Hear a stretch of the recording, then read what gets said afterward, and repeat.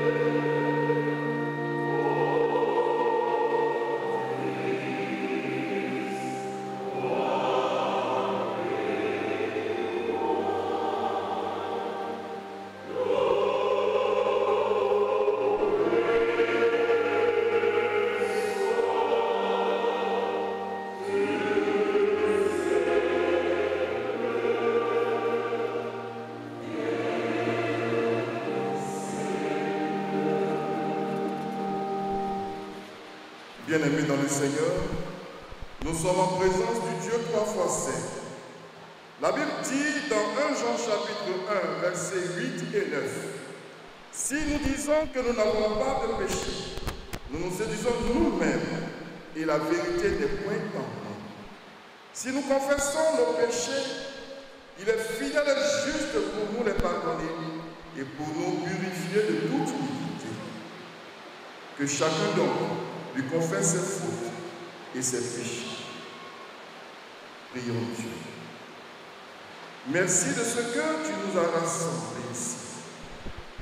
Aujourd'hui, en cette journée nationale des laïcs méthodistes, nous te bénissons et te louons pour tout ce que tu as fait à travers les laïcs méthodistes et pour tout ce que tu feras encore avec eux.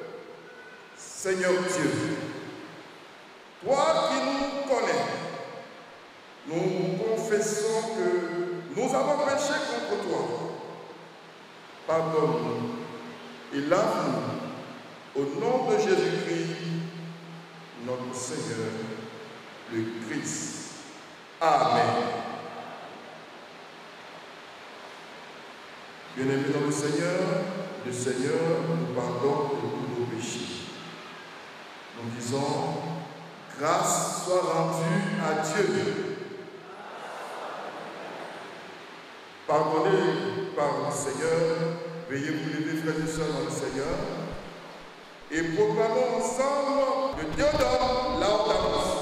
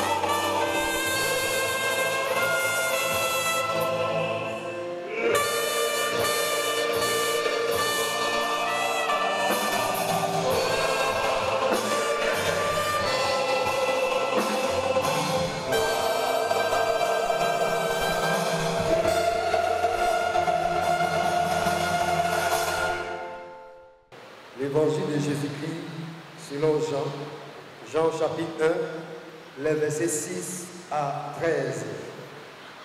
Jean chapitre 1, les versets 6 à 13. Il y eut un homme envoyé de Dieu, son nom était Jean. Il vint pour servir de témoin, pour rendre témoignage à la lumière, afin que tous crissent par lui. Il n'était pas la lumière, mais il parut pour rendre témoignage à la lumière. Cette lumière était la véritable lumière qui, en venant dans le monde, éclaire tout homme. Elle était dans le monde et le monde a été fait par elle. Et le monde ne l'a point connue. Elle est venue chez les siens et les siens ne l'ont point reçue.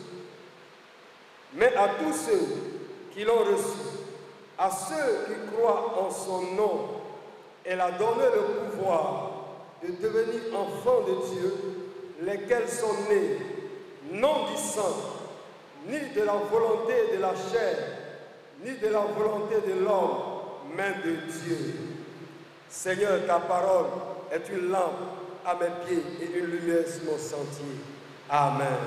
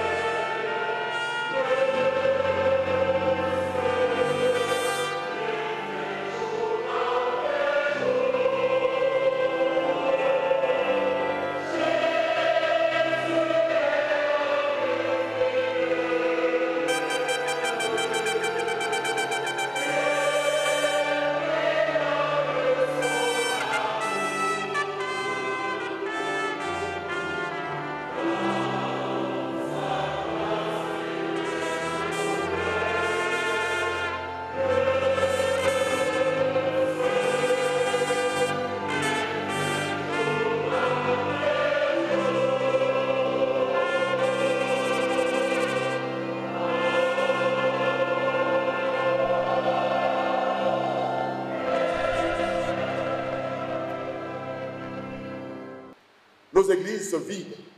Et ce ne sont pas seulement les jeunes qui partent, mais des personnes âgées, voire des familles.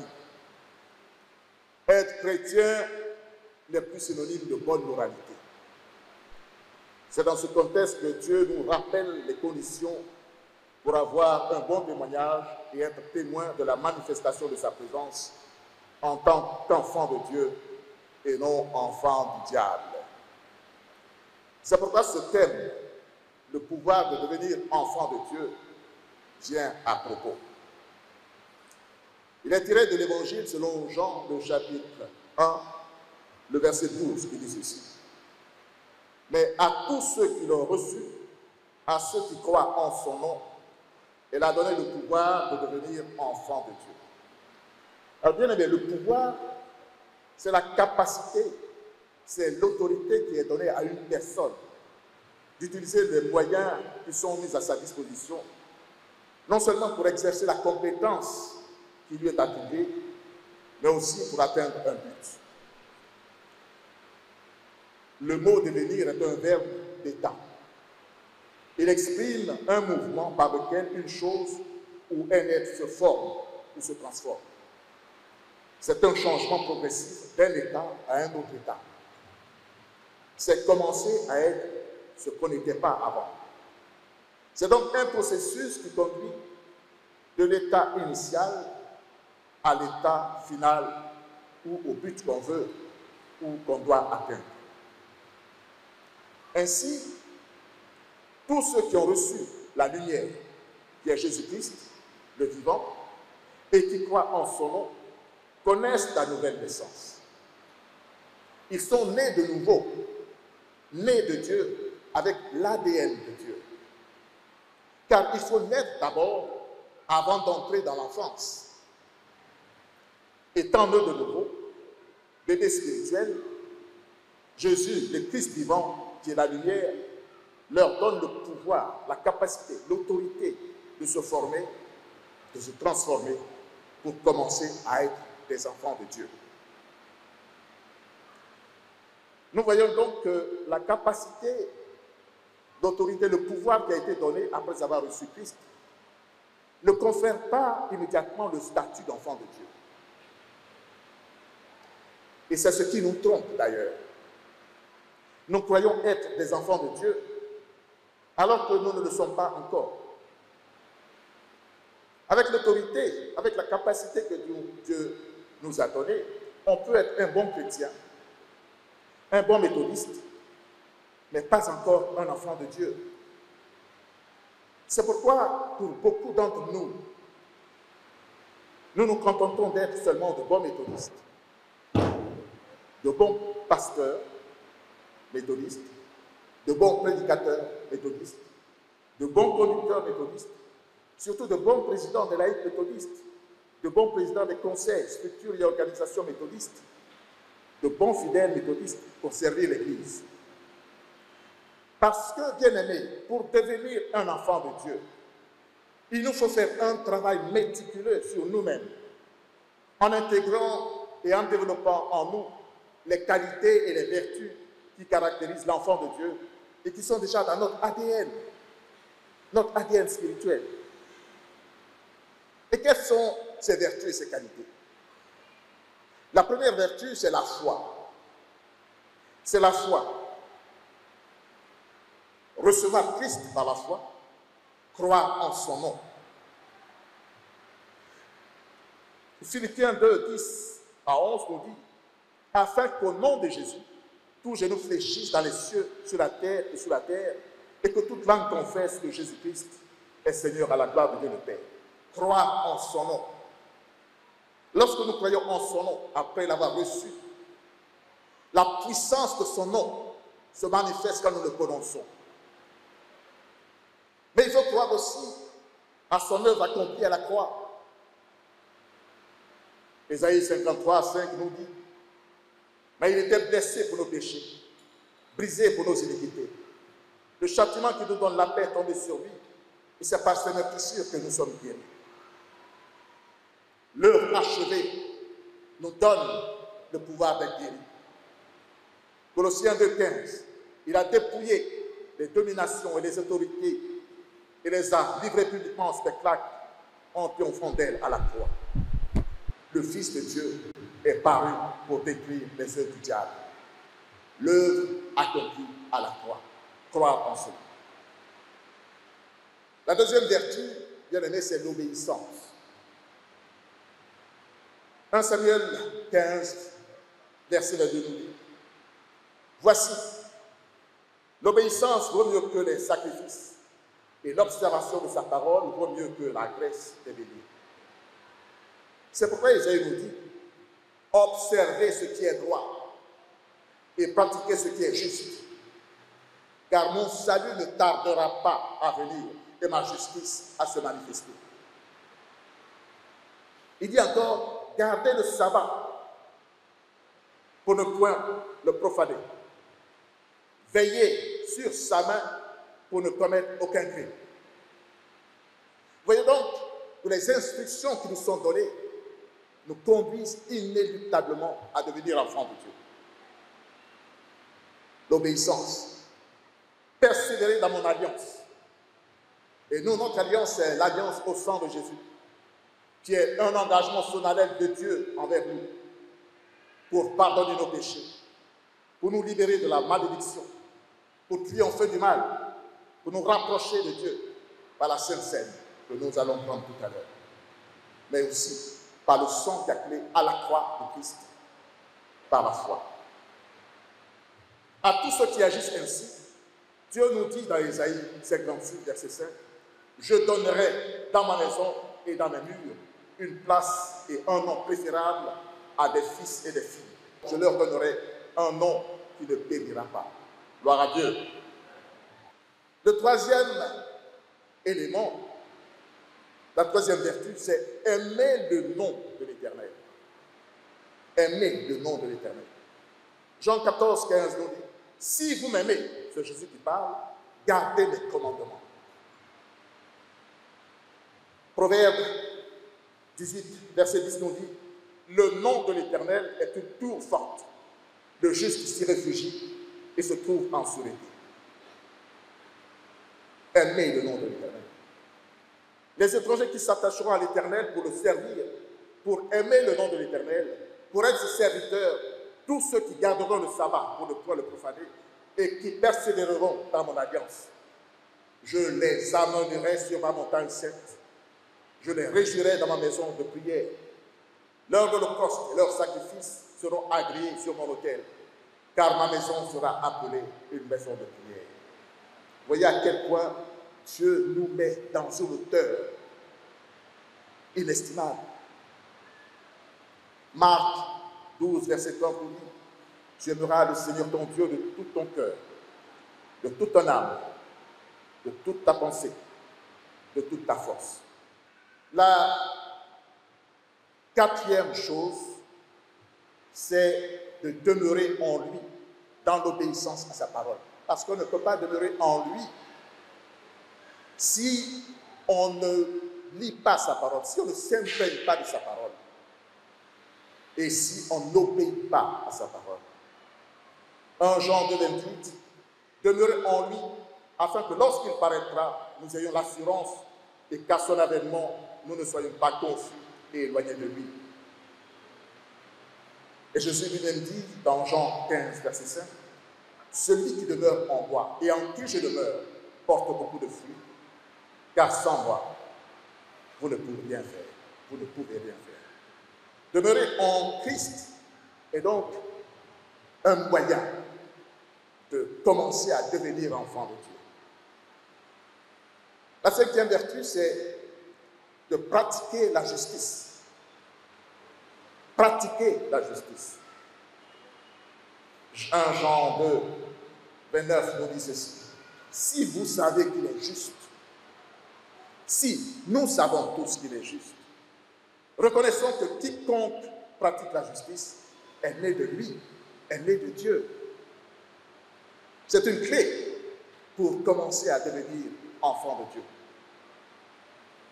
Et la sixième chose, c'est de ne jamais oublier que Dieu est un Père aimant et prévenant. Voyez quel amour le Père nous a témoigné pour que nous soyons appelés enfants de Dieu. Vous savez à quel point Dieu nous a aimés au point de sacrifier son Fils pour notre salut, pour ton salut, pour mon salut, pour le salut de toute l'humanité. Et c'est cela notre espérance en Christ. Quiconque a cette espérance en lui se purifie, comme lui-même est pur.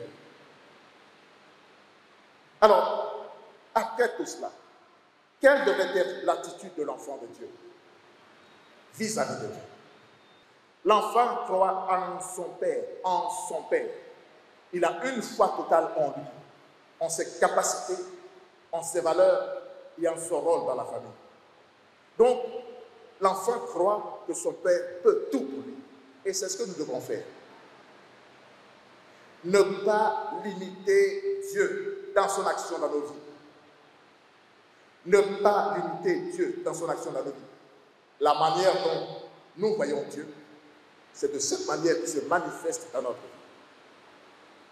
Si nous le voyons insignifiant, petit, il ne peut rien faire pour nous.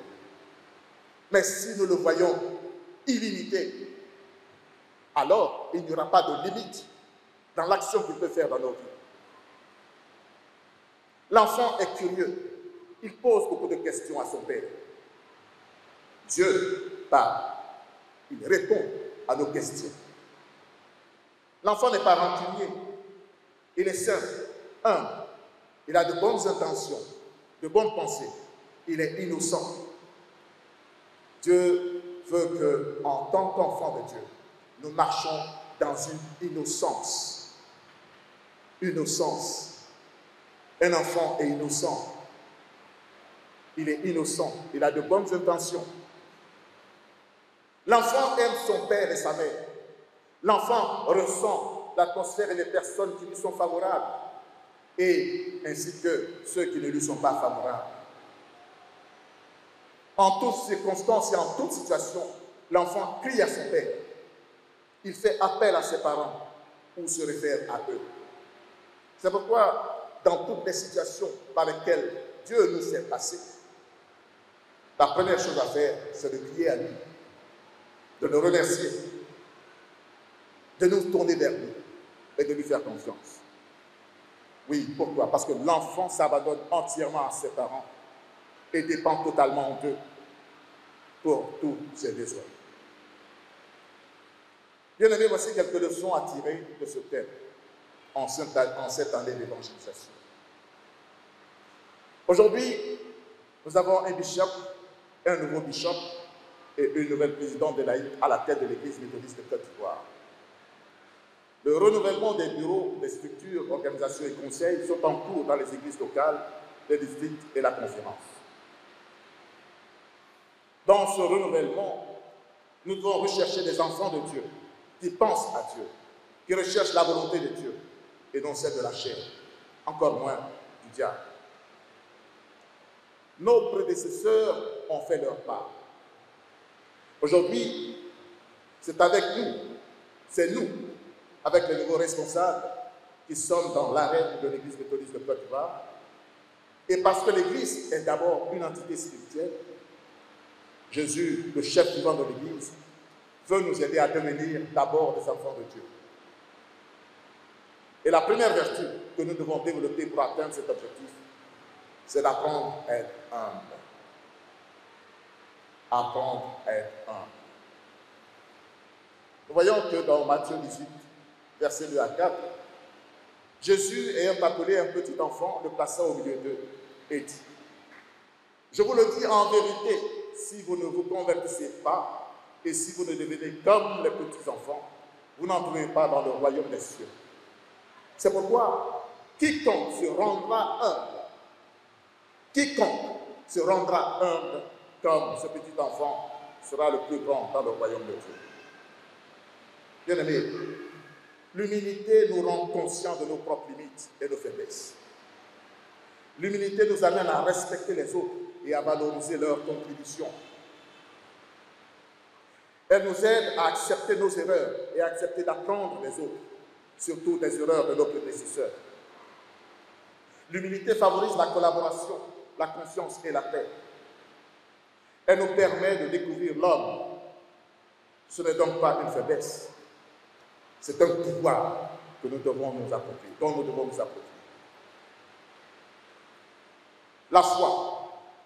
Cette foi qui consiste à voir d'abord, voir avec les yeux spirituels, voir d'abord ce qui n'existe pas et l'appeler à l'existence par la prière, par l'action et la détermination. C'est cette foi-là qui nous aidera à réaliser notre vision. La foi est un pouvoir dont nous devrons nous saisir. L'obéissance. L'obéissance nous amène à nous soumettre à la parole de Dieu et à l'autorité du Saint-Esprit. Elle implique de notre part une étude régulière de la parole, un changement de comportement, même si les actions qui en découlent peuvent parfois paraître incompréhensibles. Notre obéissance aux orientations du Saint-Esprit influence ceux avec qui nous travaillons. L'obéissance nous accorde avec la volonté de Dieu. C'est un pouvoir dont nous devons nous approprier. Pratiquer la justice. Pratiquer la justice implique avant tout d'être impartial, d'agir avec intégrité, honnêteté, de manière juste et équitable en toutes circonstances. Cela implique de respecter le droit des autres, en sanctionnant aussi les comportements injustes. Il ne faut pas encourager les malversations par l'impunité. Nous devons montrer l'exemple de la justice. La justice est un pouvoir dont nous devons nous approprier. La conscience de la présence de Dieu. Bien-aimés, n'oublions pas, jamais n'oublions pas que Dieu est un Père aimant, prévenant. Il prend soin de ses enfants. C'est lui qui pourvoit tous nos besoins, qui nous protège et qui nous guide. Notre relation avec lui doit être quotidienne. C'est cette relation quotidienne qui nous permet de nous exercer à avoir conscience de sa présence au milieu de nous et de sa présence envers nous. Avoir conscience de la présence de Dieu en toutes circonstances et en tout lieu est un pouvoir dont nous devons nous approprier. Savoir que dans toutes les situations, Dieu est présent. Cela d'ailleurs nous empêche de faire des bêtises. Quand nous sommes conscients que Dieu est présent, nous n'avons pas la force de faire autre chose que ce qui nous plaît. Enfin, la sixième vertu que nous devons développer, c'est d'apprendre à espérer en Christ. Notre espérance en Christ, c'est que nous croyons en sa résurrection qui nous garantit la vie éternelle. Cette espérance nous purifie et inspire nos actions. C'est parce que Christ est mort et ressuscité est le fondement de notre foi. C'est notre espérance. C'est aussi un pouvoir dont nous devons nous approprier. Bien-aimés, ces 6 vertus sont des vertus qui sont déjà en nous, dans notre ADN, et que nous devons développer pour devenir enfants de Dieu. En cette année d'évangélisation, c'est aussi l'équipement dont nous avons besoin pour témoigner de Christ. Puisse le Saint-Esprit nous accompagner sur cette voie. Amen. Et nous chantons le cantique 250.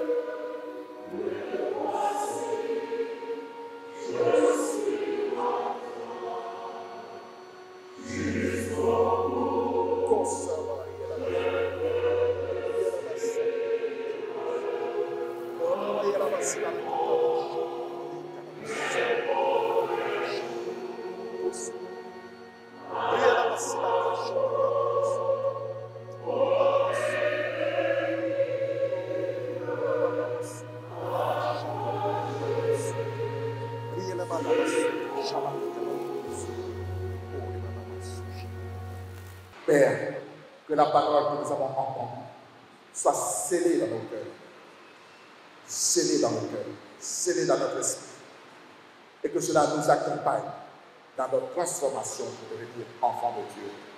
Au nom de Christ Jésus. Amen. Jamais je ne te laisse, qui se confie en lui. Si le mot professe, je m'en appuie. Ce Dieu bon et fidèle, que son peuple laisse pour la vie éternelle et le temps de bien.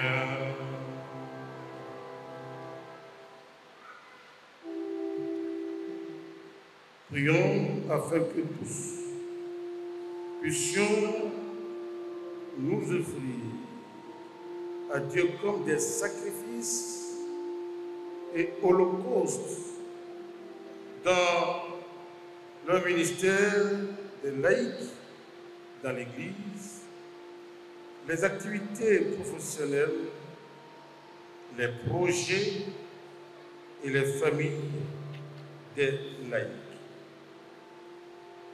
Dans ta miséricorde, prions afin que des méthodistes laïcs persévèrent dans leur alliance d'enfants de Dieu contre vents et marées dans leur quotidien, leur profession, activité, environnement et surtout dans leur parti politique. Dans ta miséricorde, prions afin que des méthodistes laïcs qui n'induisent pas et n'encouragent aucun pasteur dans leur erreur, Seigneur notre Dieu, accomplis donc dans ta grâce cette collaboration bénie de ta grandeur, pour le béni de Dieu, dans ta miséricorde. Oui, nous prions, afin qu'aucun pasteur, par la volonté de la chair ou du sang, par affinité ou pas, ou pour des intérêts propres, n'impose des laïcs, enfants de Dieu ou non, qui viendront détruire l'œuvre communautaire et ecclésiale au sein de notre merveilleuse Église de Côte d'Ivoire, dans ta miséricorde.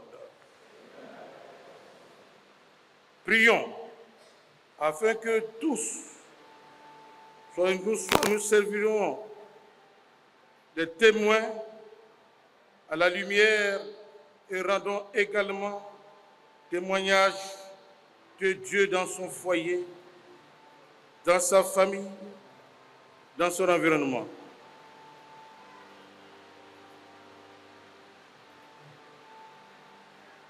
Dans ta miséricorde,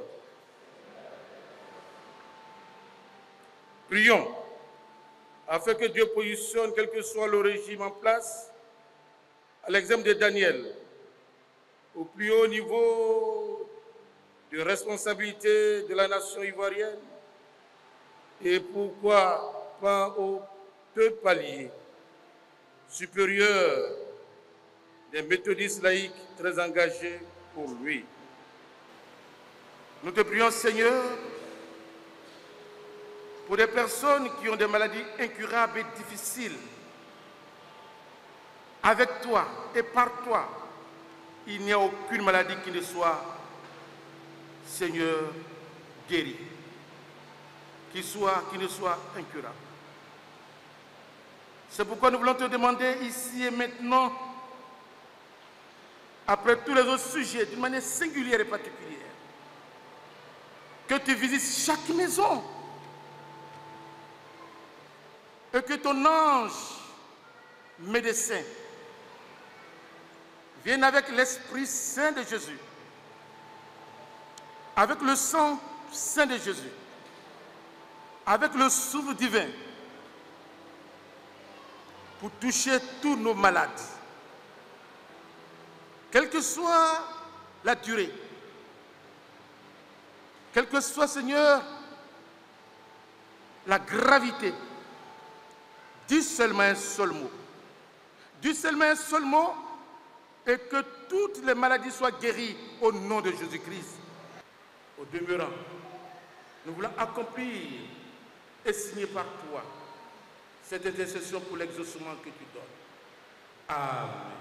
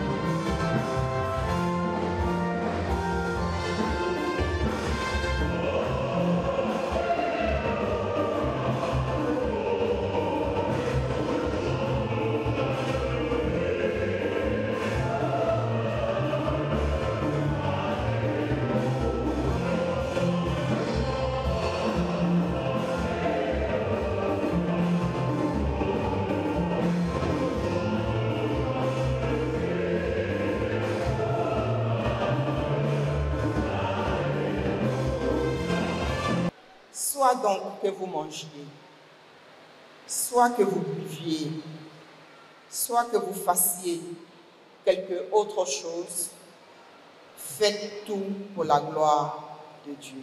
Tout pour la gloire de Dieu. 1 Corinthiens chapitre 10, verset 31. C'est par ces versets,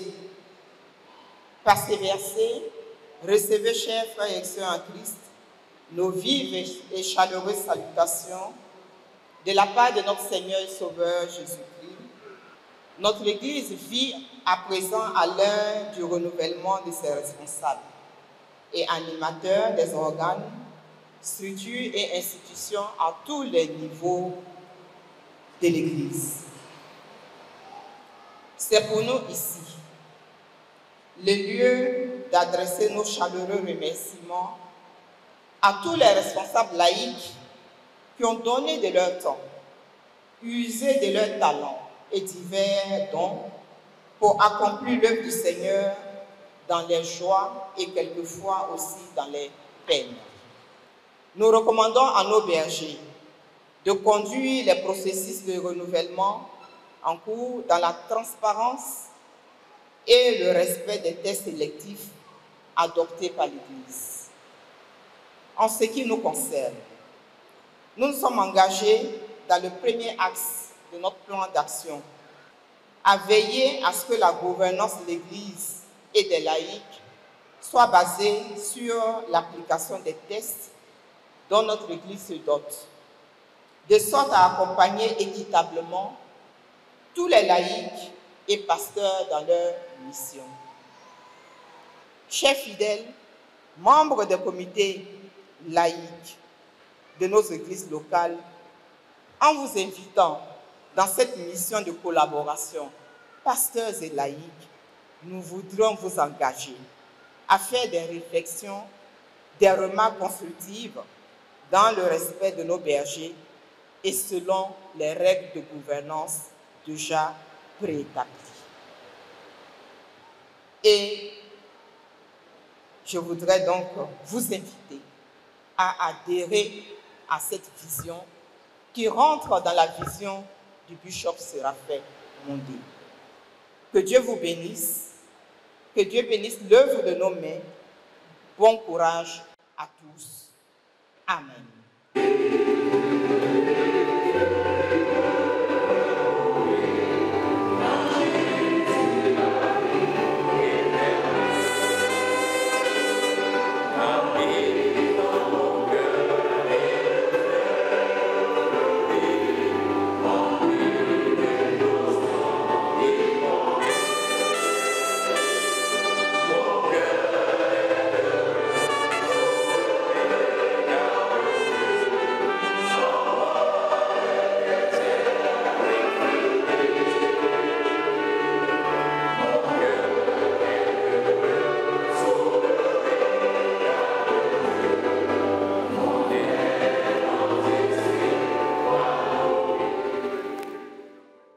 Avec la chorale, la paix soit avec vous.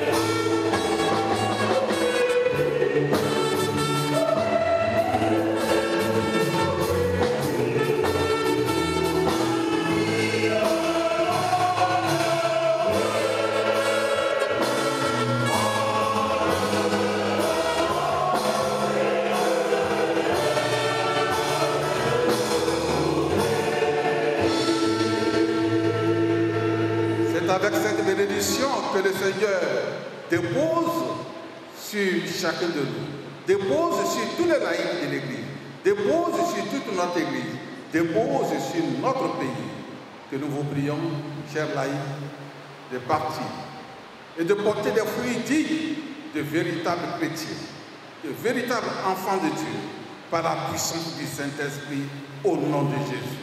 Amen.